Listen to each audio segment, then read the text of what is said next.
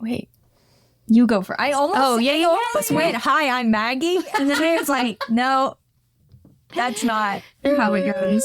Close. Hi, I'm Maggie. And I'm Marin, and you're listening to Tell Me I'm Sorry, a podcast where we deconstruct and muse on depictions of girlhood in film, literature, and other media. a feminist celebration of pop culture, the audacity of youth, and the ways we grow away from and into our bodies, beliefs, and dreams for ourselves and each other. And today we are discussing Scream.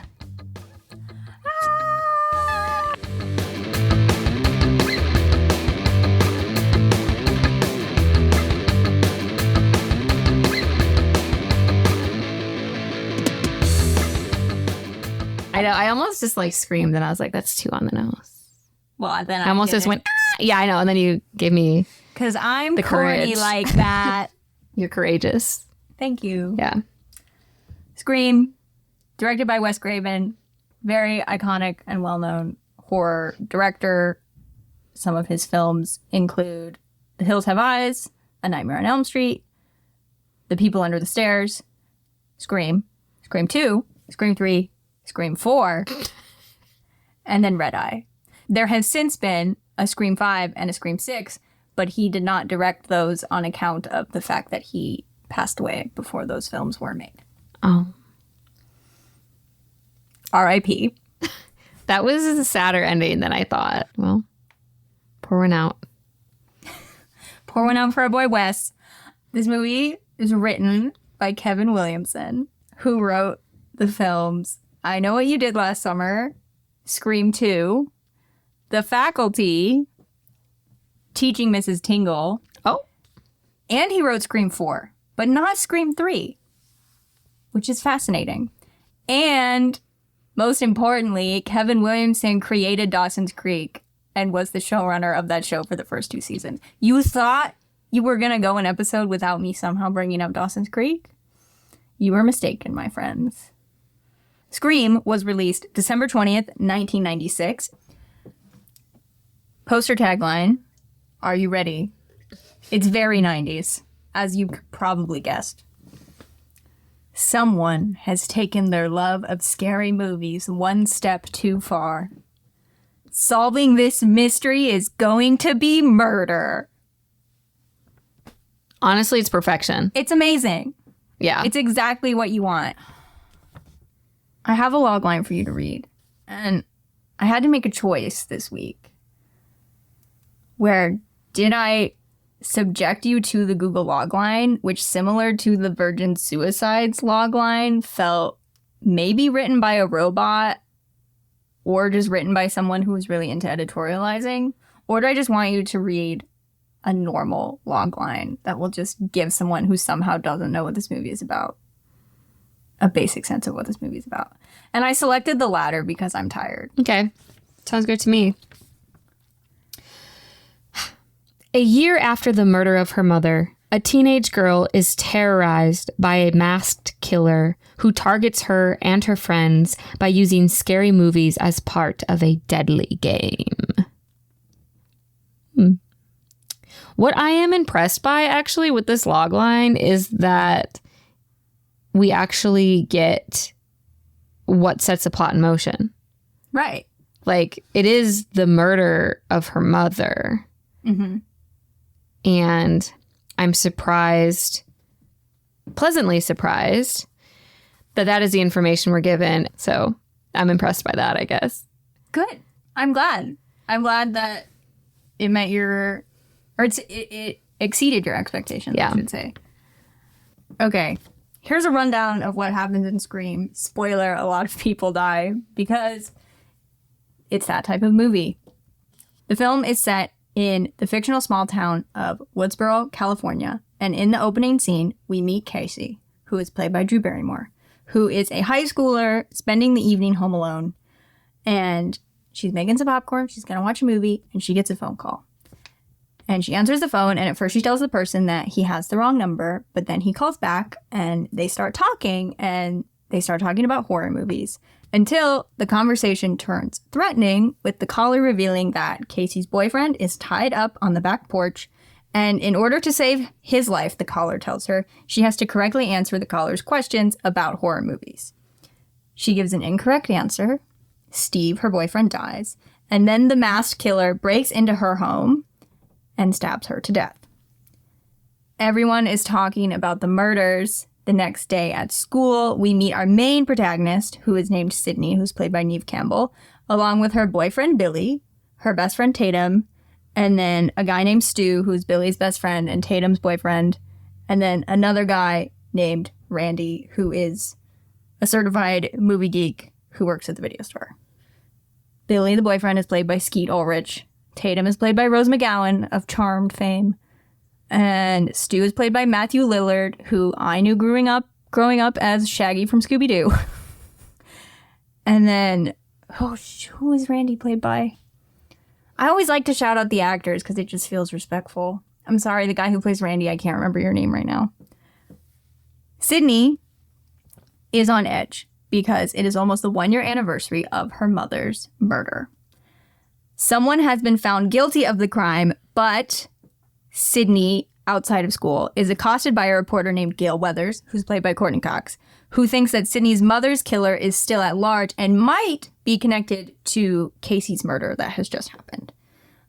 Sydney's father is leaving town for a business trip, and Sydney is very anxious about spending the weekend alone, so she asked her friend Tatum if she can spend the night with her family, and while she's waiting for Tatum to pick her up, Sydney receives a phone call, which is bad news in this movie, from someone who claims to be the killer, and then the killer, again in the costume he wore in the opening scene, he breaks into Sydney's house, he chases her, she survives, and right as the killer leaves, her boyfriend Billy appears in the window and drops a cell phone, which makes Sydney suspicious of him. So Billy gets arrested, he's eventually released. The police are trying to contact Sydney's father but can't get a hold of him, which becomes important later. And while staying at Tatum's house, Sydney receives another phone call from the killer who taunts her.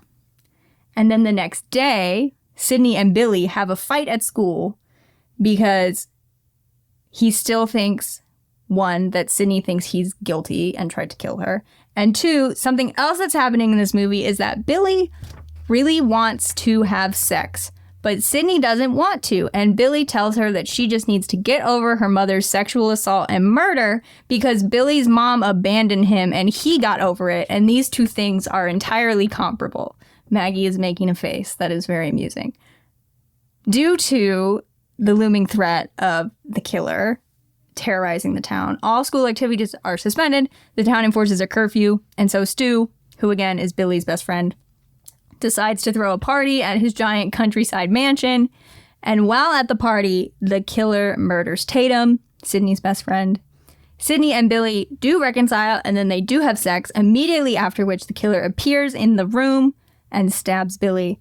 Sydney runs away. She finds Tatum's dead body. By this point, most of the party has cleared, and the only other people left are Stu, whose house it is, and Randy, their other friend, the movie geek one. And distrustful of both of them, Sydney goes back in the house, locks them out. Billy, appearing wounded, reappears. He lets Stu and Randy back into the house, shoots Randy, though not fatally, and reveals himself and Stu to be in cahoots working together as the killers. Billy says that they killed Sydney's mom also because Sydney's mom had an affair with his father, which resulted in his mother leaving. And their plan is to kill Sydney and her dad, who they've been holding hostage in Stu's basement, and frame her dad for all of it. But Sydney manages to kill Stu and Billy and rescue her dad. And the murderers are defeated. ... For now. Because like I mentioned earlier, this movie has 5 sequels. So, Ghostface comes back. The end. There are so many characters in this movie. There are a lot. There's so many more than because there are so many people that they have to kill in order for the plot to continue. Yeah. So, yeah, they just have to keep killing people. Like, they needed enough people to kill off so that the movie would be a slasher film. And the principal also gets murdered. I didn't even mention that. Oh, yeah. But it's like such an afterthought. It is. And allegedly, his dead body gets strung up on the flagpole, and the kids find out at the party and are like, "We gotta go see it!" And It's kind of funny a little bit. Though also very disturbing. Because I was thinking, like, I didn't think it would still be there. Yeah, it doesn't Probably make sense. would Because take it out. if the murder has already been reported, though I guess maybe coroners would have to keep it there and look at it first. Right, they might have been still They don't want to investigating disturb that. it, you know? They want to gather their clues. And you can't really hide it from the public if it's Right. strung up on the flagpole. And it was the 90s. What else were they going to do? They didn't have cell phones to look at. That's true. They did not. There are cell phones in this movie, but they are not smartphones. Yeah. Well, and that's what there wasn't like, there was no TikTok. There was no social media. They didn't have phones to stare at. I'm sure that's part of the newer Scream movies now that you mention it, which I haven't seen. Me either. I wonder how that's changed. Ghostface has stan accounts on TikTok, probably in the most recent one. Yeah. Or he kills people on TikTok live or something. I don't know if any of that's accurate. Someone can let us know if it's accurate.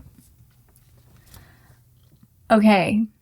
I picked this movie, but I'm very interested to hear what your relationship to this movie is like.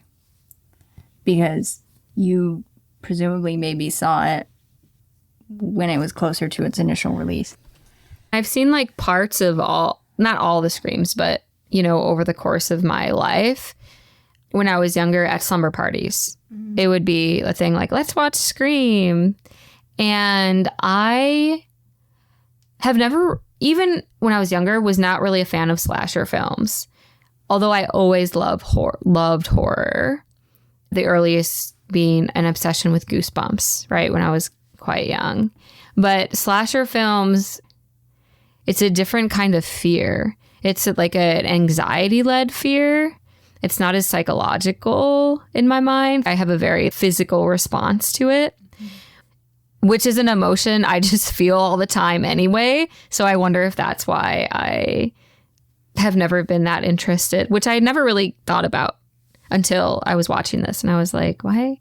So I don't think I've ever actually seen Scream in its entirety, but I had at one time. Mm-hmm. But I have seen all of it in excerpts of it over the periods of time at slumber parties when it would somebody would put it on, and then of course someone would run off and like turn off the lights and come back with the mask, and that never really scared me either. I was just always interested in other things, not in the way that I think other things are better. But I was like, let's play light as a feather, stiff as a board. Or like someone get the Ouija board. Because we weren't allowed to have a Ouija board at my house. My parents still very uncomfortable around anything like that. I could watch anything I wanted for the most part. It wasn't special for me to see Scream, but it was special for me to use a Ouija board or to play light as a feather, stiff as a board. Interesting. Yeah. So actually, through this conversation right now, I'm realizing maybe that's part of my disinterest with it. Because it isn't related to the occult. Yeah. And so it wasn't taboo in my home. Fascinating.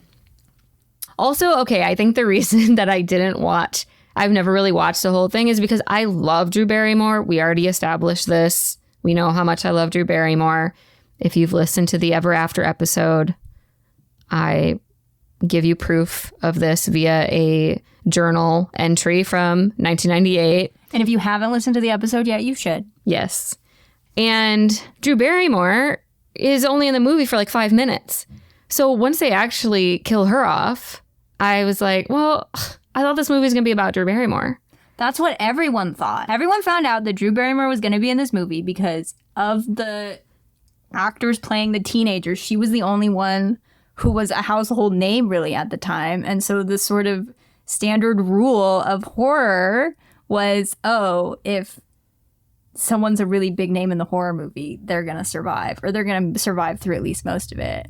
So it was this very deliberate, we're going to cast Drew Barrymore as the person who dies in the first 10 minutes because no one is going to expect it.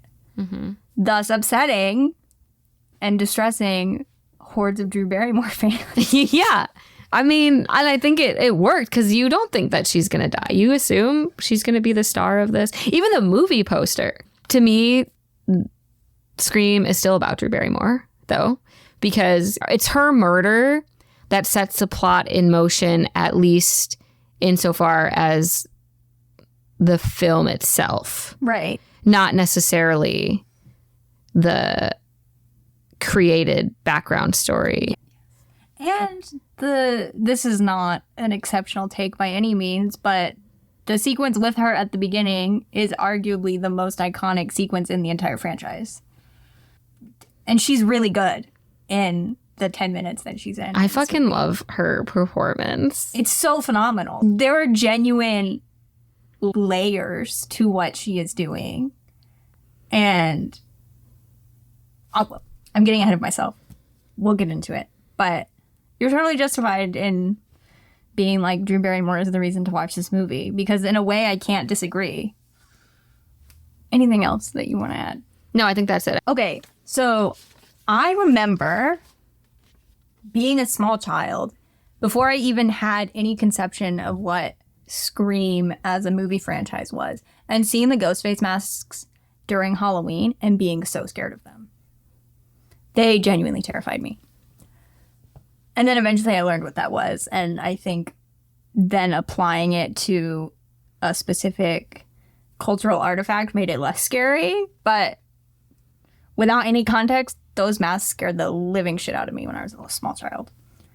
So that is my entry point into this movie.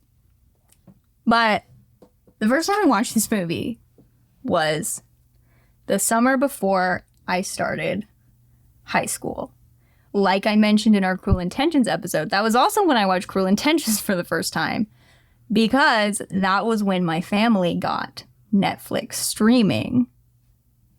The very first movie I watched on Netflix streaming was Bride of Chucky. Hadn't seen any of the previous Child's Play films. Do not know what compelled me to watch Bride of Chucky.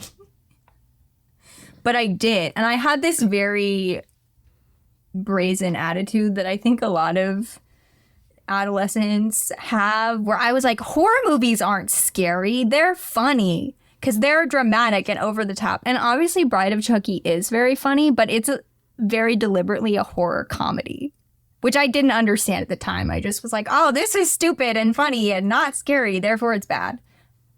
Disclaimer, I haven't rewatched Bride of Chucky since I first watched it when I was 14. I bet I would love it now. I don't know.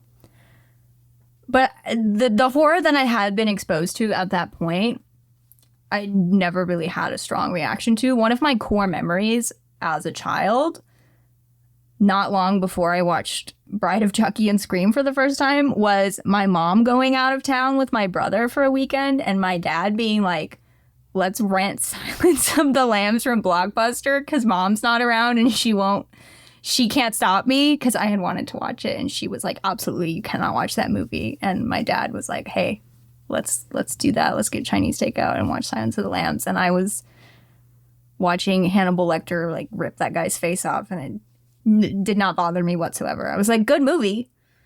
I'm not really scared. So all this to say, I was on a high horse a little bit.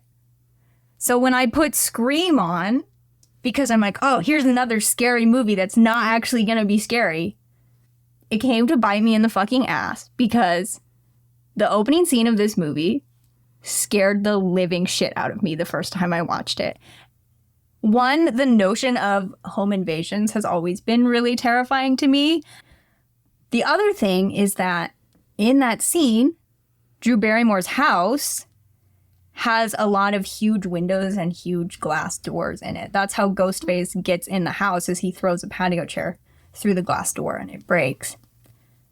And I was watching the movie in my parents' den in the back of our house, which is almost entirely windows, and it's facing our backyard. And so it's dark, and it's just these windows with all of this darkness, and I can't really see what's in the yard, but something that was in the yard could potentially look in and see me. And I had to turn the movie off. I had to give up because I was so scared watching that scene. And so that has always stayed with me. And even now, having watched this movie, I don't even know how many times. Because I, too, have vivid memories of being in friends' basements in high school and being like, oh, let's watch Scream, and putting it on. So this must be a universal experience. But that opening scene, it still unnerves me in many, many ways.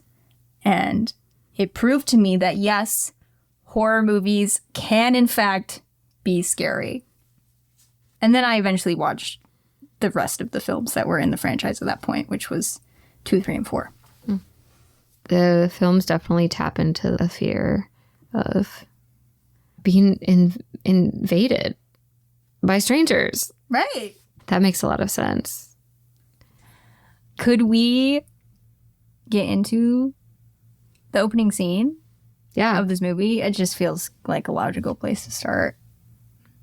The thing that I noticed this time around, and I think it's safe to say this was the first time I really was aware of this, was how sad the opening scene is. And obviously, a innocent teenage girl getting stabbed to death very brutally, not that there's a non-brutal way to get stabbed to death, is inherently sad.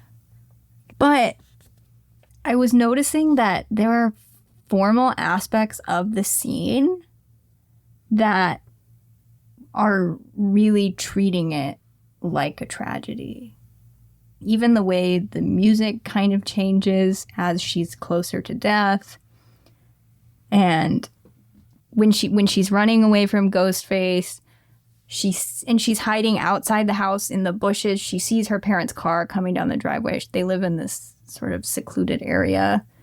And the tragedy of her parents were so close, but not quite close enough. And she sees her parents go in the house and her throat has been slashed. And she calls out to her mom, but she can't talk because her vocal box has been cut. And when I say Drew Barrymore is giving such a phenomenal performance in this 10-minute sequence, it's that kind of stuff that I'm talking about. Because in that moment when she's trying to call for her mom, you just see this terrified girl. And the movie, I think, wants you to see that. And when her mom gets in the house and the popcorn is burning and she can't find her daughter and she's like, what's going on? And she picks up the phone to call the police. And because Casey was on the phone with the killer, she can hear Casey breathing on the phone and she like calls after her. And her husband's like, go to the neighbors, use their phone. And her mom says, not my daughter. And I tear up watching it because in that moment, the movie just feels like it understands there are stakes here beyond just an innocent person is getting murdered. There's deep-seated emotional pain being born right now in this moment. And I had never noticed that before. And it made me respect the opening scene a lot more. What did it for me in that scene was the fact that the mother can hear her daughter dying over the phone. And it is horrifying. I get chills even thinking about it now. That detail, I think, was particularly effective at honing in on the tragedy of that scene. Right. It wasn't just a slasher, this is for funsies. A daughter was dying and her mother was hearing her take her last breaths. And that tone carries over, I would argue, not to the immediate next scene, which is when Billy sneaks into Sydney's bedroom, which I'm sure we will talk about Billy. But the next scene after that, when Sydney gets to school and there's cops everywhere and there's reporters everywhere and she's like, what is going on? And Tatum tells her Casey and Steve were murdered last night. And the way they talk about it, there is this heightened shock to it, but it's mostly disbelief in something very raw. It's not just this heightened, oh my God, that was fucking crazy. It's like, oh my God, she sat next to me in English class and now she's dead. And her mom found her mutilated body in her front yard. So the way those two girls are responding to it feels like it's immediately honing in on that tragic fact that the opening scene set up.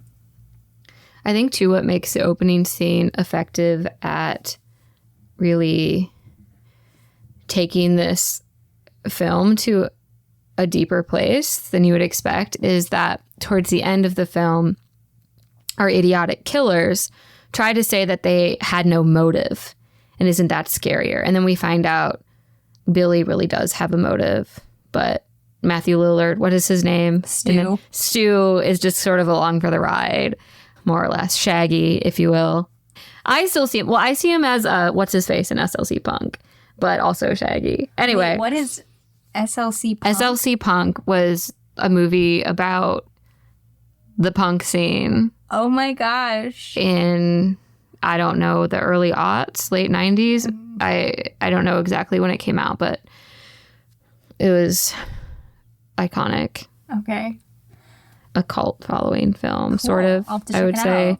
Not like super remarkable, but I want to see Matthew Lillard be Punk. it's not a bad movie. I would actually love to rewatch it. I would argue that most things would become better if Matthew Lillard was in them. I like Matthew Lillard.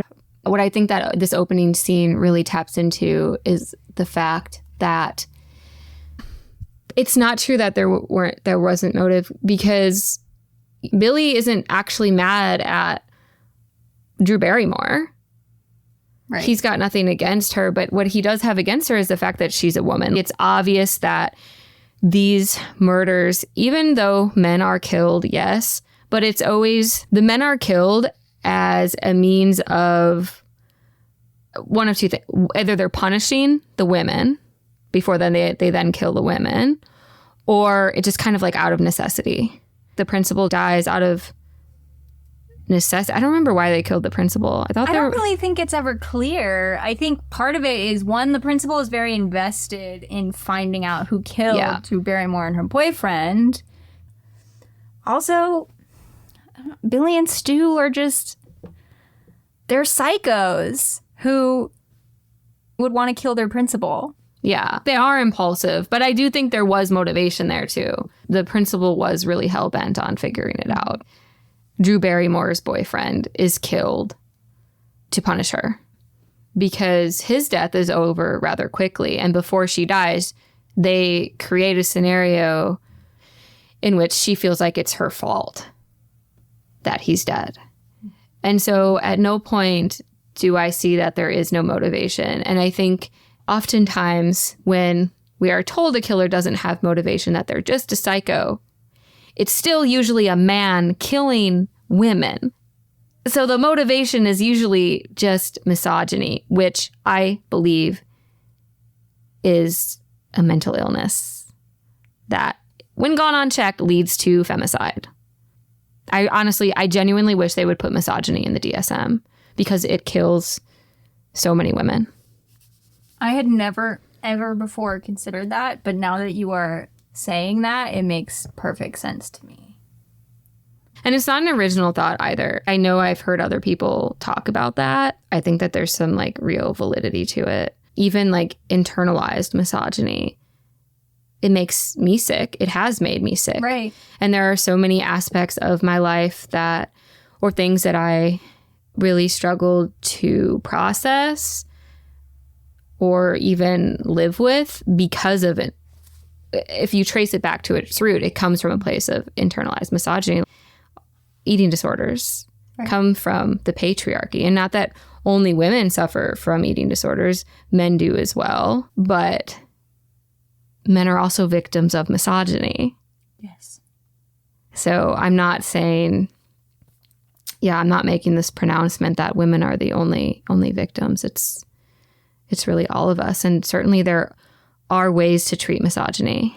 I don't know what the diagnostic criteria would be, but I could certainly think of some treatments.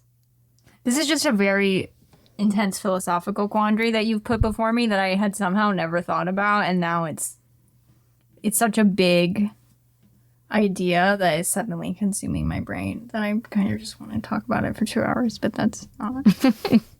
I'm trying to remember what you were talking about, Billy. How they said that they didn't have motives, but their motives were rooted in misogyny. Exactly. And even toxic masculinity, right? Even if they're like, even when they just want to kill people, that feels like toxic masculinity to me. You could put it over. You could put it in that. Because their grand plan, we're going to frame Sydney's dad for all of this. And to bring it one step further, we're going to stab ourselves to make it look like we're victims. And so Billy stabs Stu, and he stabs Stu multiple times. It's really aggressive and violent.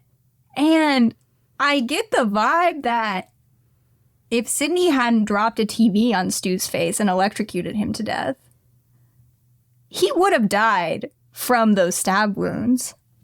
Regardless, that dynamic is really curious to me because while his violence is inherently rooted in misogyny, and that feels really obvious, I think he also just enjoys being violent for the sake of being violent.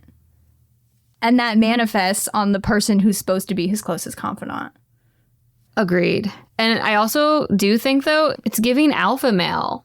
Though I'm going to kill this dude because I want to be superior to him.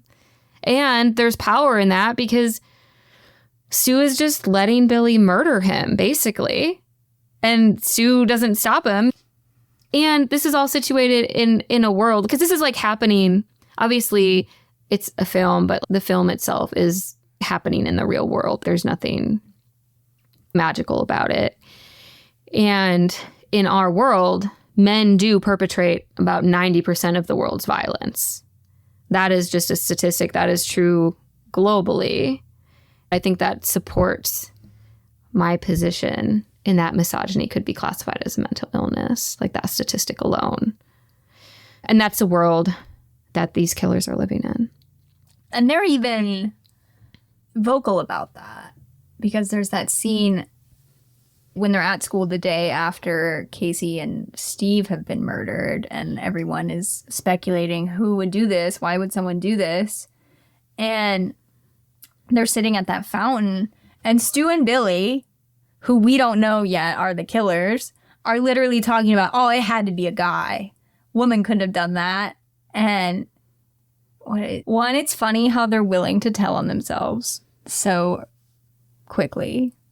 Their ego is so big that they're willing to risk getting caught in order to sustain their ego by trying to subtly take claim for the work that they did of murdering these people, by being like, no, a woman could have done that. A guy had to do that because she was gutted, and that's man's work. And it's so ridiculous. I watched this movie with Ace, and he had never seen it before. My partner, Ace. And when that happened, he was like, what the fuck? Like, what is wrong with these?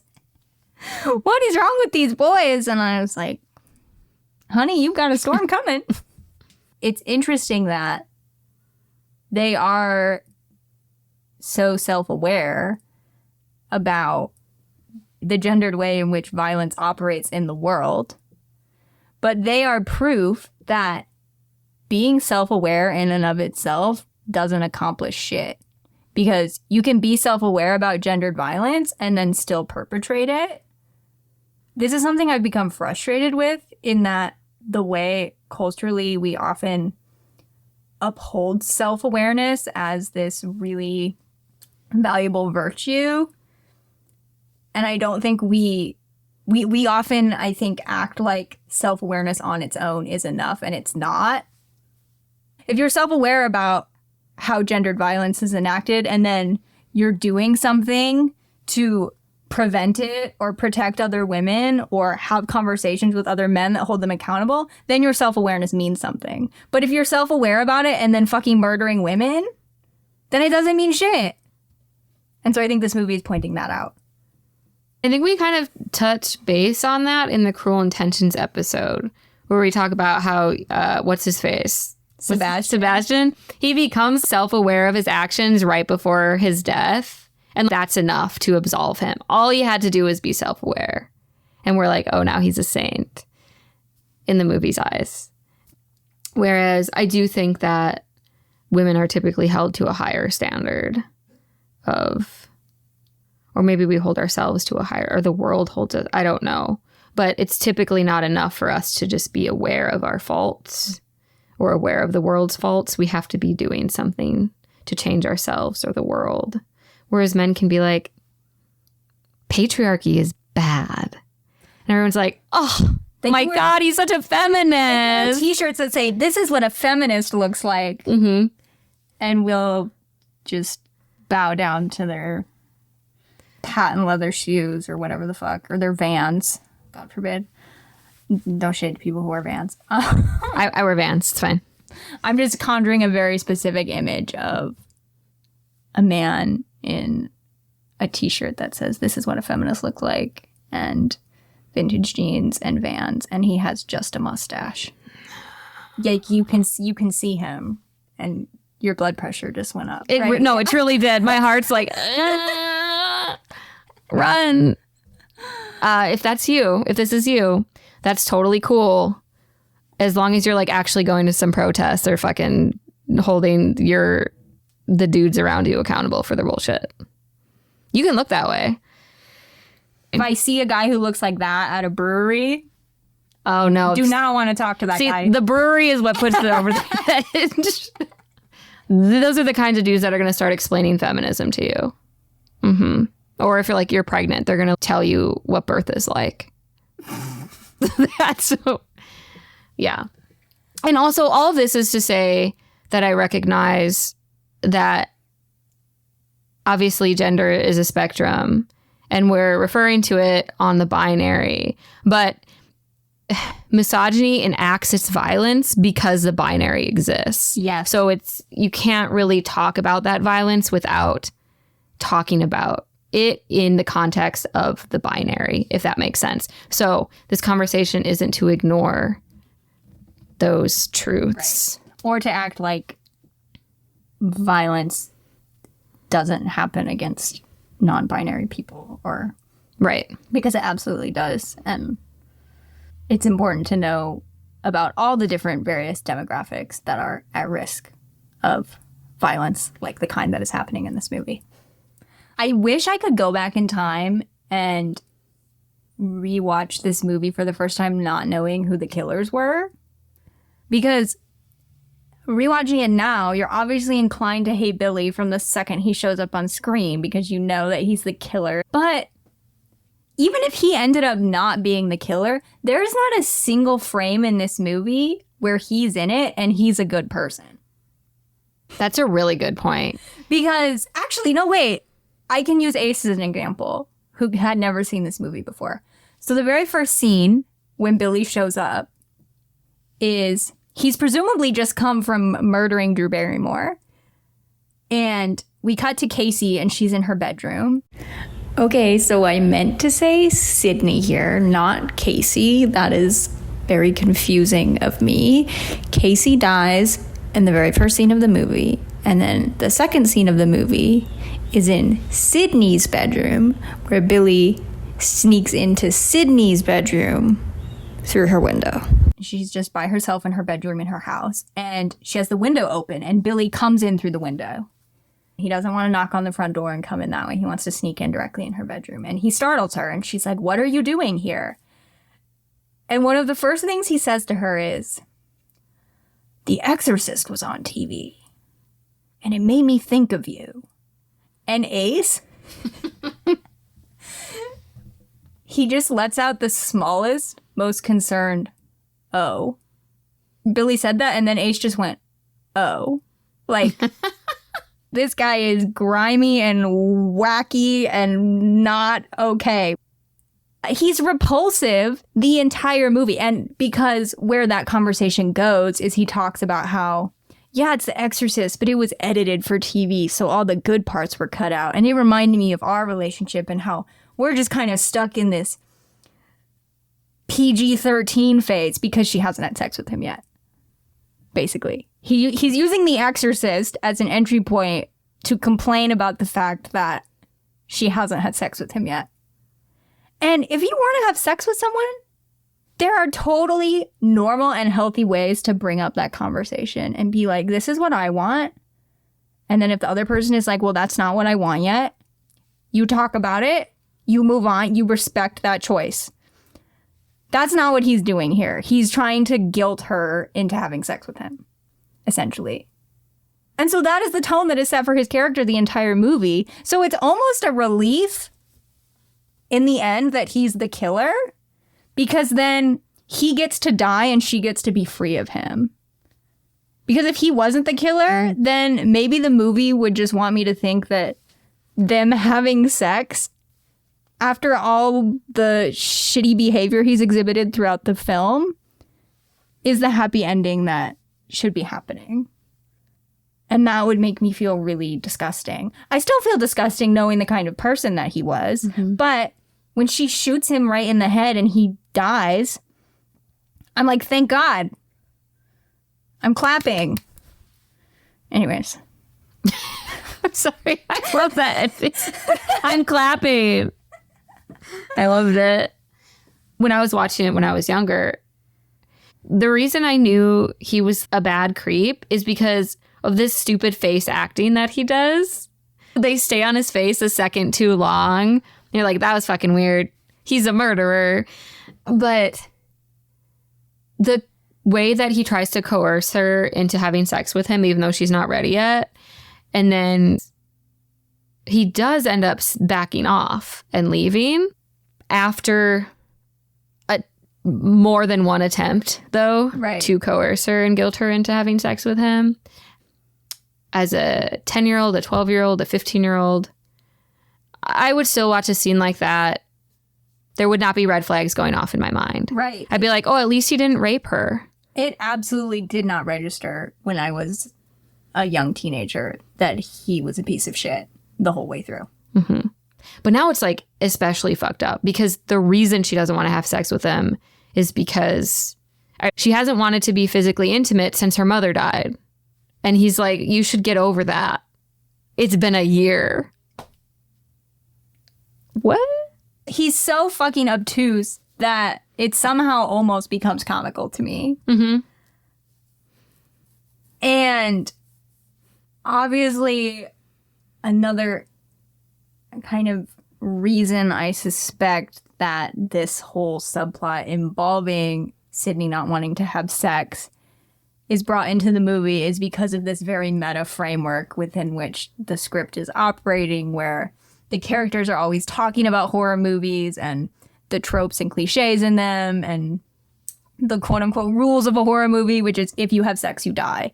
And so the movie is positing Sydney as the virgin final girl who, because she has sex in any other horror movie, would be the one who dies.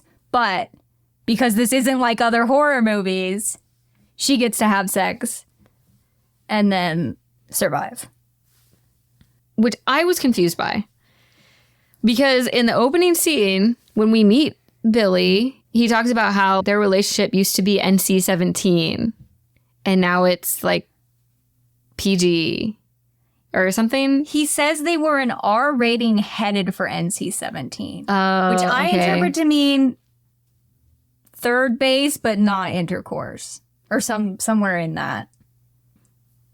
Which the way sexuality is treated in horror films generally is not nuanced. So it's once you have intercourse, because again, of course, it's often very heterosexually framed. Once you have intercourse, that's when you have broken a rule and therefore must die. So within our patriarchal construct of virginity, I think the movie would be treating her as a virgin. Mm-hmm. up until near the end of the movie. I assumed R-rated was they had had sex already. They stopped having sex. And now, because to me, in my mind, an R rating is the Cruel Intention sex scene that you watched with Swedish subtitles. Yeah. And that's like R-rated sex, if we Right. want to like use these terms metaphorically. And NC-17 is like Hustler magazine, which is particularly explicit in comparison. It's like Playboy versus Hustler magazine. Okay. Well, no, it's interesting that we have different reads on it, because the other thing to consider is that when Randy gives his little spiel at the party, they're watching Halloween, the classic slasher film Halloween. And people are making comments at the movie, and he's like, "Do you not understand the rules of horror movies?" And so he has to pause the movie and gives a little spiel. And the first rule he talks about is you can't have sex. If you have sex, you die. And I guess now that I'm thinking about it, my brain is projecting that a step further and thinking specifically about virginity loss, when really the rule he's just talking about is if you have sex in a horror movie, you're probably going to die. He doesn't specify how many times you've had sex before. But it's if you're in the creepy cabin in the woods and you run off with your partner to have a little quickie, you're probably going to get bludgeoned to death first. Mm-hmm. But I still think the implication is supposed to be that they haven't had sex at all yet, Billy and Sydney. By the end of it, after they actually had sex, then I was like, oh, that was supposed to be her virginity. Because I was so thrown off by the R rating comment that I was confused. I mean, the whole time. Billy doesn't strike me as a particularly intellectually deft person. Like, I think he's just saying shit. And I'm thinking now about how I was like, his stupid fucking face acting. I feel so strongly about it because I really do hate that character, which I think is a mark of at least a good enough performance to make me hate you. So for me, it's the greasy hair. I hate the way the two little tendrils just hang in front of his eyes. Oh, every time I see it, I'm like repulsed by him. Because I will go to the ends of the earth defending greasy-haired 90s Ethan Hawke. But Skeet Ulrich as Billy Loomis in Scream with the greasy hair, it makes me irate. Mm-hmm. It's very effective at getting us to like really hate him. But I think the movie wants us to think he's kind of, I don't know. There's that line Tatum has that I find honestly confusing. When she and Sydney are on the way to the party and they stop at the grocery store to get snacks, and Sydney is like, maybe Billy's right. Maybe I do just need to get over it and have sex and da-da-da-da-da. And Tatum's like, no, you're totally justified in not being ready for that yet. It's up to you, whatever. And then she says, I guess Billy was destined to have a flaw. Meaning his flaw is that he's being an asshole about pressuring you into sex. So the implication is that up to this point, before the events of the movie start, Billy was supposed to be this perfect, amazing boyfriend. Which I don't believe that for a fucking minute. Yeah, that's a good point. I remember that line too. And I remember raising my brow. Wait, he was perfect? So maybe you're right. The movie does want us to think he's sexy dangerous? Maybe, but it would also be so easy for the movie to show us moments of him being humanizing to, one, sort of throw viewers off the track, like as a red herring almost in terms of the whodunit. But then also that would just make the dynamic of Sydney having to murder him at the end all the more complicated. Because if, for example, after they have sex for the first time, we had a scene of them in bed together that was sweet and intimate or whatever, that would make you feel differently about him, perhaps. You'd be like, oh, okay, maybe I was wrong about him or something, or maybe he's redeemed. I don't know. And then it turns out he's the murderer. And you're like, oh, fuck, that guy who I believed he was being sweet and nice, and he's actually the murderer. And she believed that too. And she had to kill him to survive. But the movie doesn't do any of that. It genuinely doesn't give you any moment where he feels like a good person. Unless, am I supposed to think he has a point when he equates his mom divorcing his dad and leaving to Sydney's mother being raped and murdered? Because to me, that argument absolutely has no merit. I never once entertained it for a second. And I don't think this movie would be dumb enough to want me to, but... And I don't disagree with any of that. And I don't think, though, that this movie is smart enough to portray him, to have portrayed him as somebody safe and sweet. And then to say, look at even people who seem safe and sweet can be murderous. Even men who touch you in a tender way can also turn on you, which is a very particular kind of violence that so many women know all too well. Women in heterosexual relationships, or just women in relationships with men. And also, I want to go back to this idea of misogyny as a mental illness. The fact that his response to finding out that his father was having an affair was to kill the woman that he was sleeping with. My brain would never even think to respond that way. That's an excellent point. And it's fucked up if your brain thinks to blame the woman or just the other person in general, right? But in this case, the woman, and then thereby every woman. That's what I'm talking about when I say it's a mental illness. I think that is a very astute crystallization of that idea. That kind of makes me think about my intertextuality for the week. May I? Yeah. Okay. So this week, I want to read the opening from a review that Roger Ebert wrote. It's not a review he wrote for this movie. It is a review he wrote for a 2009 movie called Fanboys, which I had literally never heard of. But I had seen segments of this review excerpted somewhere else a long time ago, and I thought of it when I was thinking about this movie, and so I wanted to track down the full article, and I didn't realize it was from an actual review of the movie. So, this is what Roger Ebert says. A lot of fans are basically fans of fandom itself. It's all about them. They have mastered the Star Wars or Star Trek universes or whatever, but their objects of veneration are useful mainly as a backdrop to their own devotion. Anyone who would camp out in a tent on the sidewalk for weeks in order to be first in line for a movie is more into camping on the sidewalk than the movies. Extreme fandom may serve as a security blanket for the socially inept, who use its extreme structure as a substitute for social skills. If you are Luke Skywalker and she is Princess Leia, you already know what to say to each other, which is so much safer than having to ad-lib it. Your fanish obsession is your beard. If you know absolutely all trivia about your cubbyhole of pop culture, it saves you from having to know anything about anything else.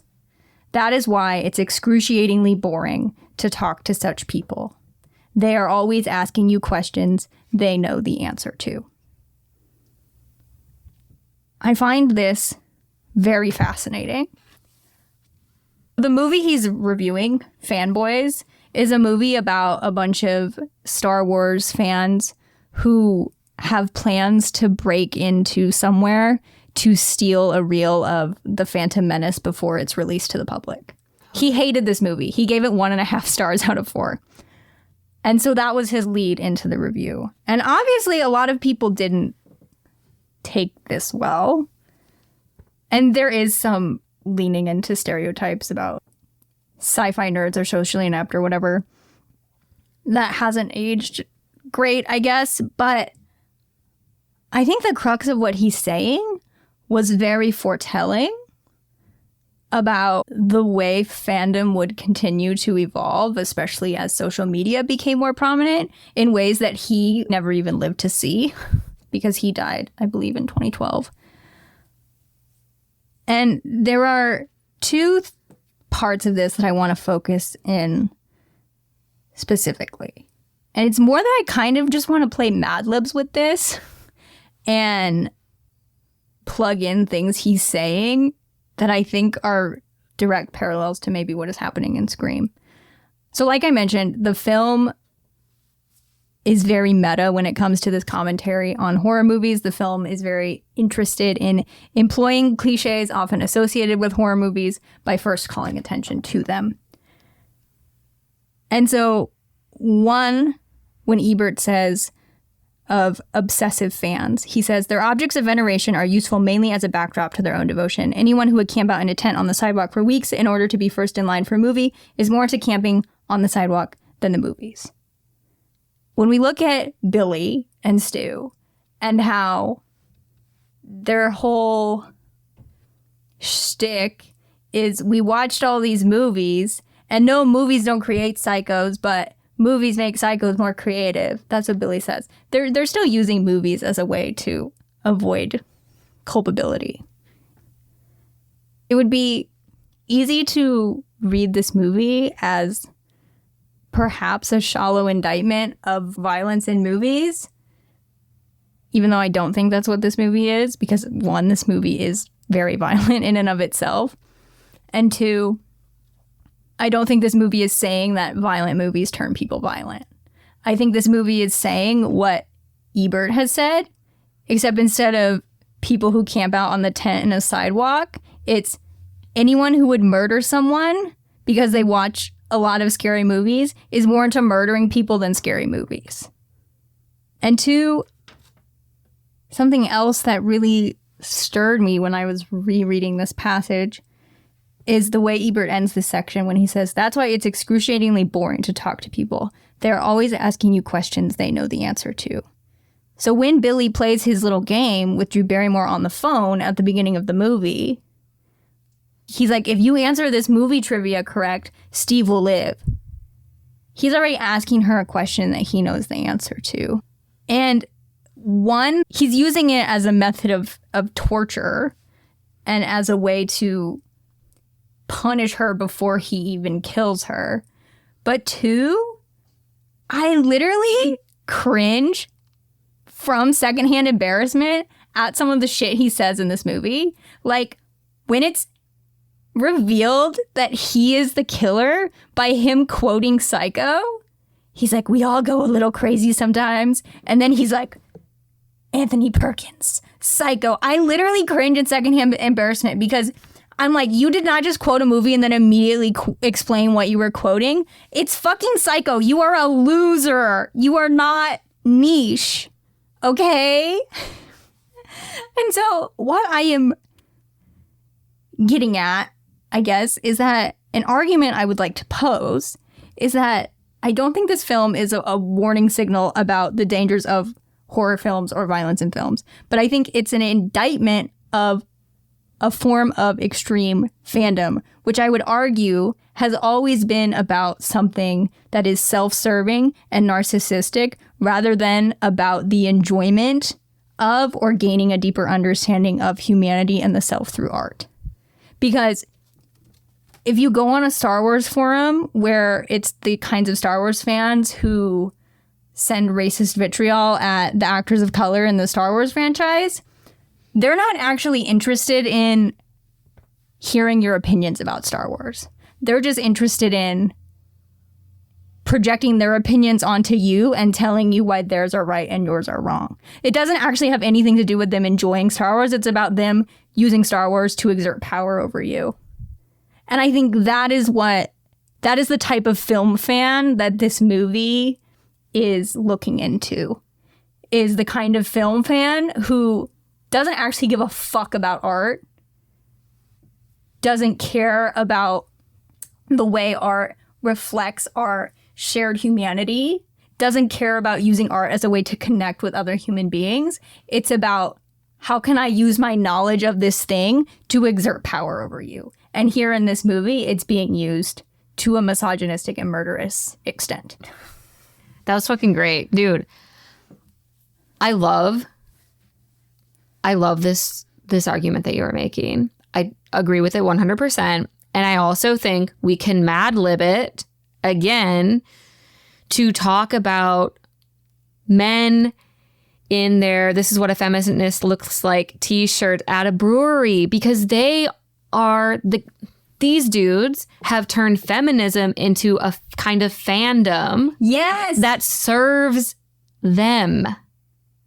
And they are going to ask you questions that they feel like they already know the answer to. They're only interested in feminism because they feel like it serves them in some way. Right? Mm-hmm. And God knows there are fandoms mostly populated by women that are just as evil, dare I say. I'm thinking of one in particular. I think we're thinking of the same one. Not going to say it. Not saying everyone who is a fan of that person is evil, but when you are sending journalists death threats because they didn't like an album and published a critical review of it, that is really bad, and you need to evaluate the kind of person that you are. Mm-hmm. So no one is necessarily exempt from potentially exhibiting the kind of behavior that I'm talking about based on a factor of their identity.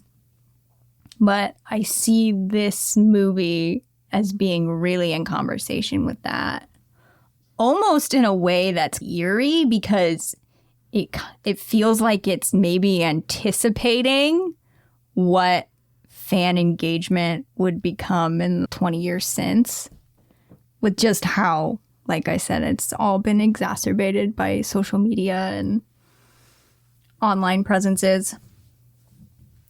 Something else I want to say that's in tandem with the argument I just posed is the notion that also not only is Billy asking these trivia questions he already knows the answers to, but it feels very important that they are close-ended questions, in that there is one specific quote-unquote correct answer.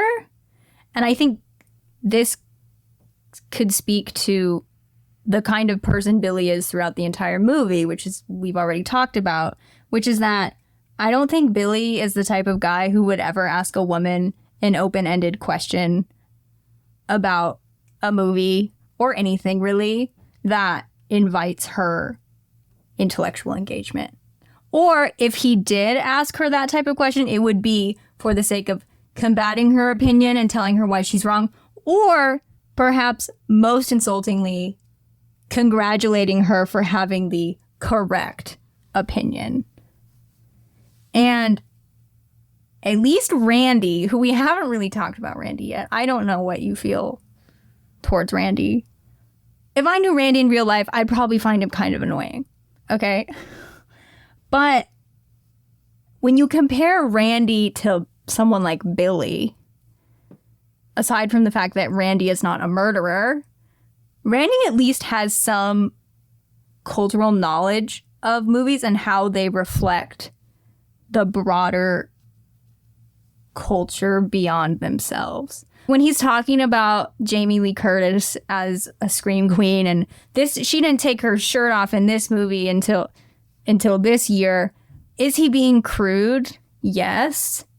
But even if he doesn't mean to, he's still saying something about a cultural narrative, you know? So I trust that maybe Randy would one day grow up into a person who would have like thoughtful conversations with all types of people about movies. I get the vibe he actually gives a shit about films as art, not as a way to excuse his behavior, because he saw it happen in a movie, so therefore he can do it. Mm-hmm. That makes sense. Every question that is asked by Billy is asked in bad faith. Yes. And it's not the same with Randy. He seems to be genuinely engaged in film and excited to talk about them, even if it is through this like very specific patriarchal lens, but he's a teenage boy in high school in the 90s. So that's probably how you would talk about film. And I still get the vibe. He respects Jamie Lee Curtis as an actress. I think so. He thinks she's a fucking icon. Mm-hmm. Yeah. What a prescient sort of argument. It's prescient or prescient? Prescient? Prescient? I was actually just thinking about this as I was making those notes a few days ago, because I was like, that is what he is exhibiting. Is this prescience, I think. But then I forgot to look up how you say the word. Yeah. But I'm just saying it here. I'm saying it. Maybe I'm saying it wrong. But I'm happy to leave it in. I don't mind mispronouncing things. I don't know how to say it. So I should do my intertextuality probably. If you want. Yeah.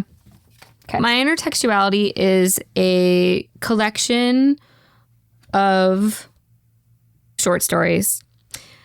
Ghosts of You is a collection of short stories about seeking the lost and finding the person behind the sensationalism. It is written by Cathy Ulrich and given to me as a gift from another wonderful writer named Matthew Burnside. So, Matt, if you're listening to this, hello.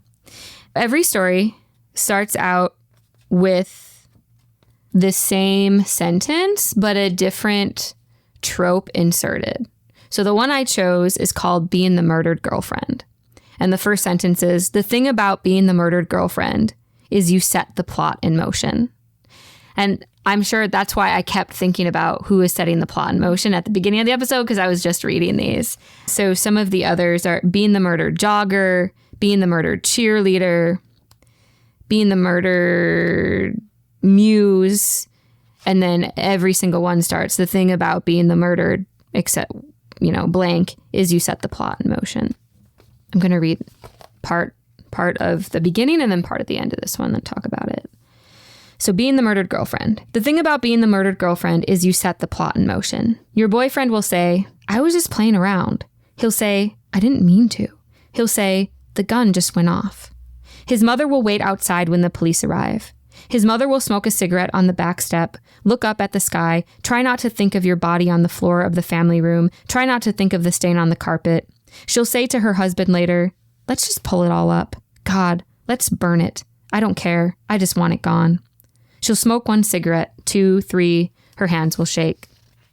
And then it goes on to talk about how in court, the judge pronounces negligent homicide, community service, and the mother says, oh, thank you. Oh, God, thank you.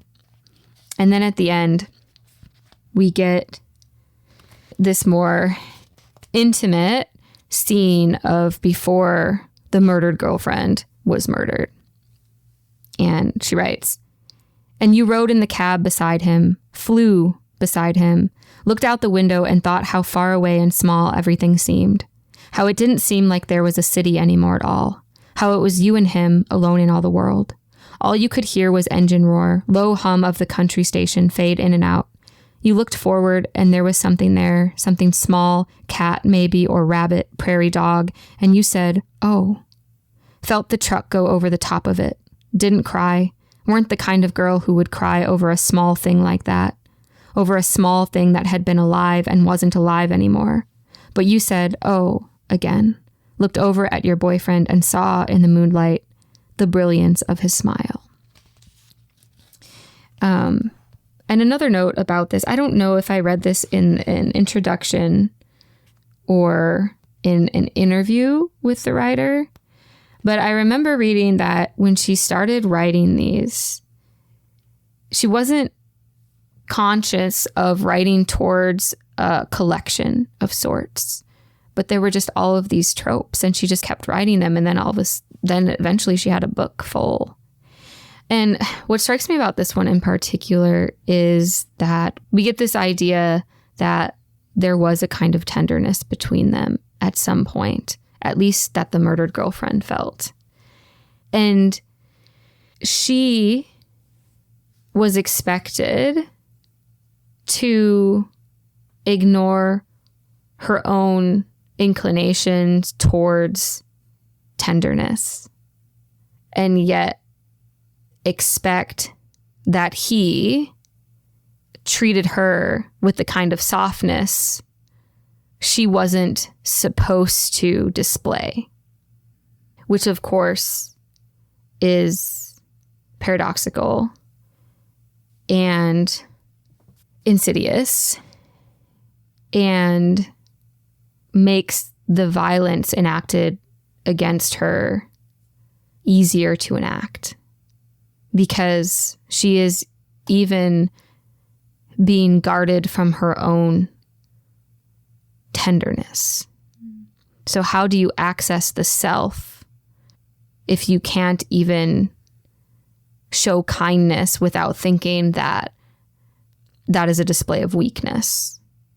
Which, obviously, if we presuppose kindness to be a type of weakness, then of course we're going to continue to live in a world where girlfriends are murdered and boyfriends are forgiven for it. Did that make sense? That does make sense. And it brings me back to this question I posed earlier of, this movie isn't asking me to forgive Billy because Billy is proven to be a murderer. But if Billy wasn't proven to be a murderer, would this movie still be asking me to forgive the other transgressions he enacted during the film that didn't necessarily have to do with murdering anyone? And that's a purely hypothetical question because he is the murderer, so the movie's not asking me to forgive him. But when there is so much at stake, like murdered girlfriends and men who murder their girlfriends, it's really easy to dwell in those hypothetical scenarios. They are so prominent that it's impossible to not think of them.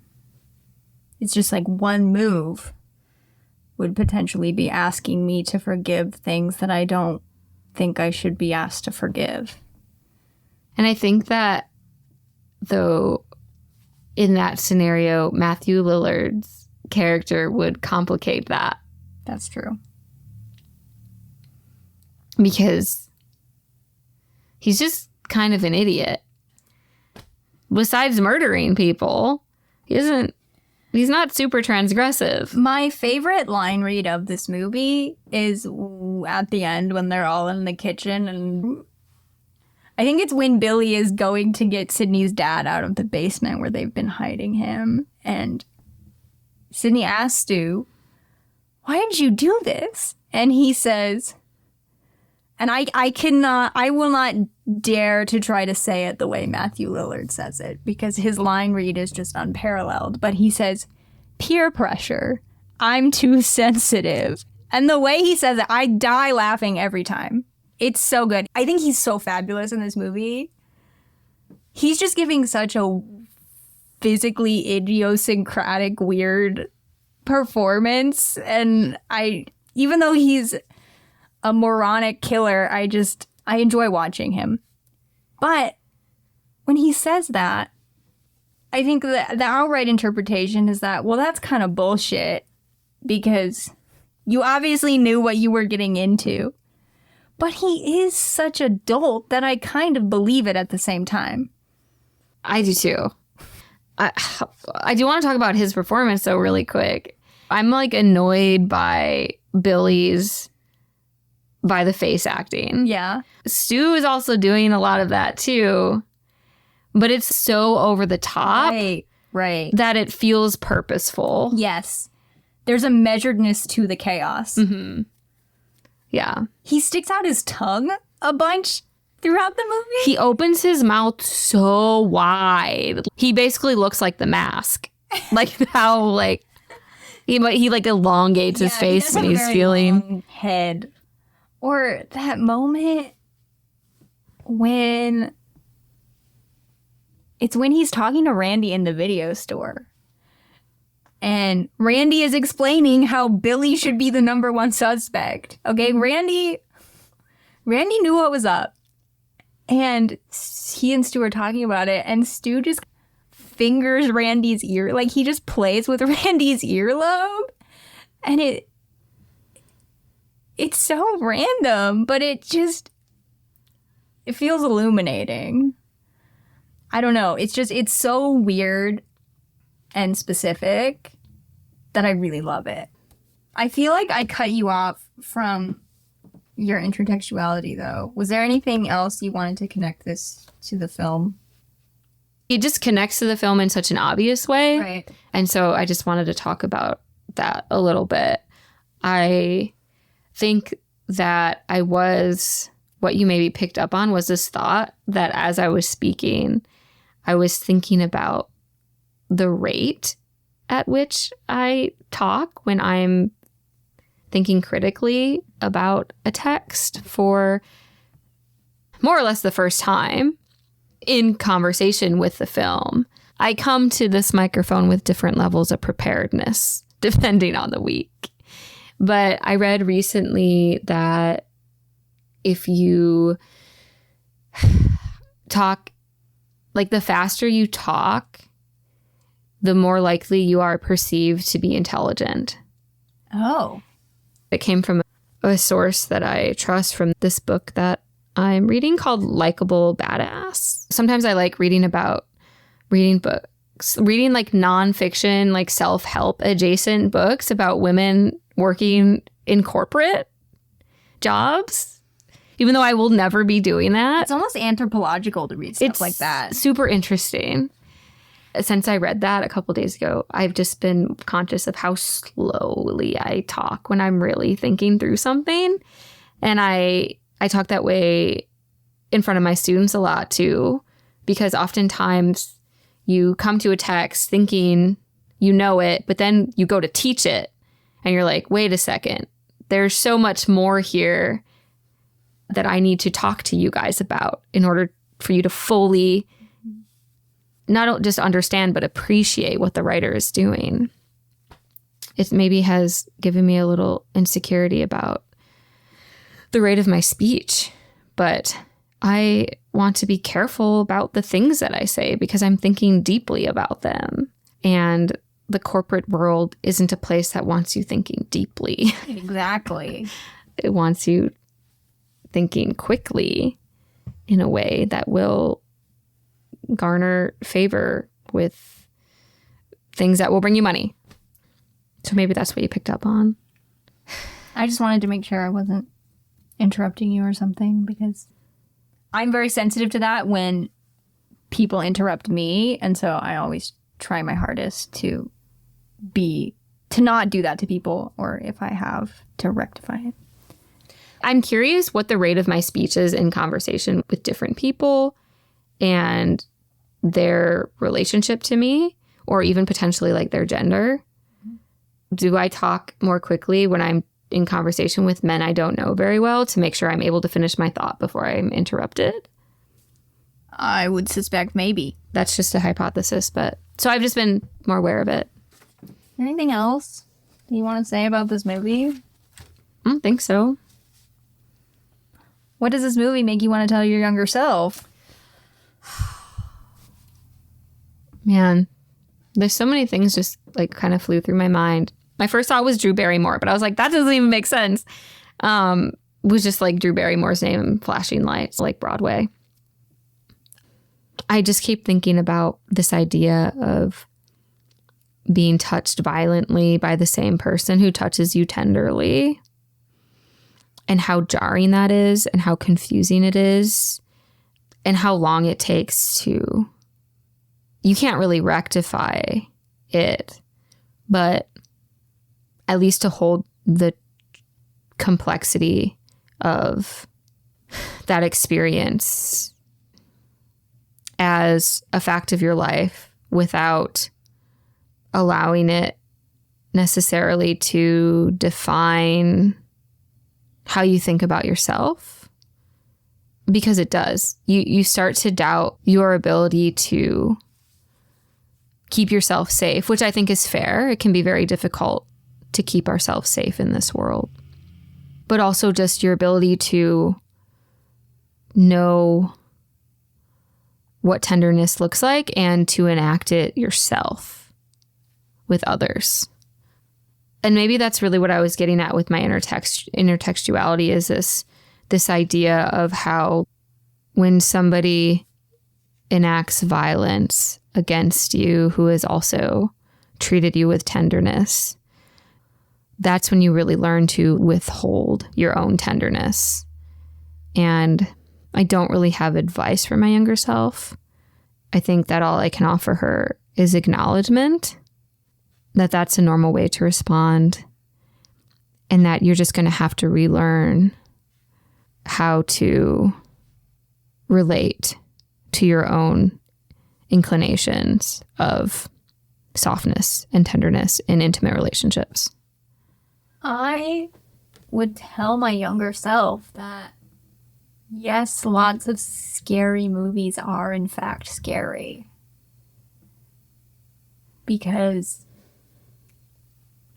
I think when I was 13 or 14 and had this blasé attitude of scary movies aren't scary, it was one just coming from this annoying contrarian place that teenagers love to inhabit as you're trying to but that's part of figuring out your opinions and your taste. But I think I also wanted to be seen as being above fear. That I thought it would be weakness, I guess, to be afraid of something that wasn't real. But what she had yet to learn, and what I would tell her, is that movies are not real, but oftentimes movies are reflecting a truth of reality, which is what this movie is doing in terms of the misogynistic violence that is perpetrated in it. And that it is normal and, dare I say, rational to be afraid of that. And that the problem doesn't lie with you being afraid of a man murdering Drew Barrymore in her house. The problem lies in the men who murdered Drew Barrymore in her house, who also exist all throughout the world and are murdering girlfriends or wives or children in their home. So, oftentimes if a movie is scary, it's for a good reason. And it's reflecting something truthful about our world.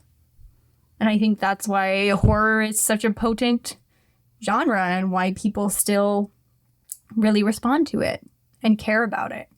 Mm-hmm. Yeah, because it's tapping into a real fear, a shared fear. Thank you to everybody for listening. We would love it if you subscribe to our show on your podcast listening platform of choice.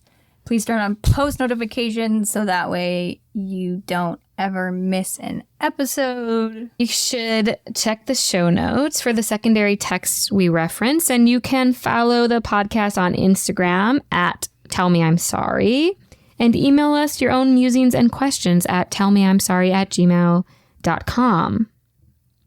You can also follow me on Instagram at _saint_Margaret_. And you can follow me on Letterboxd if you would like at Marin Harrington. I am Maggie.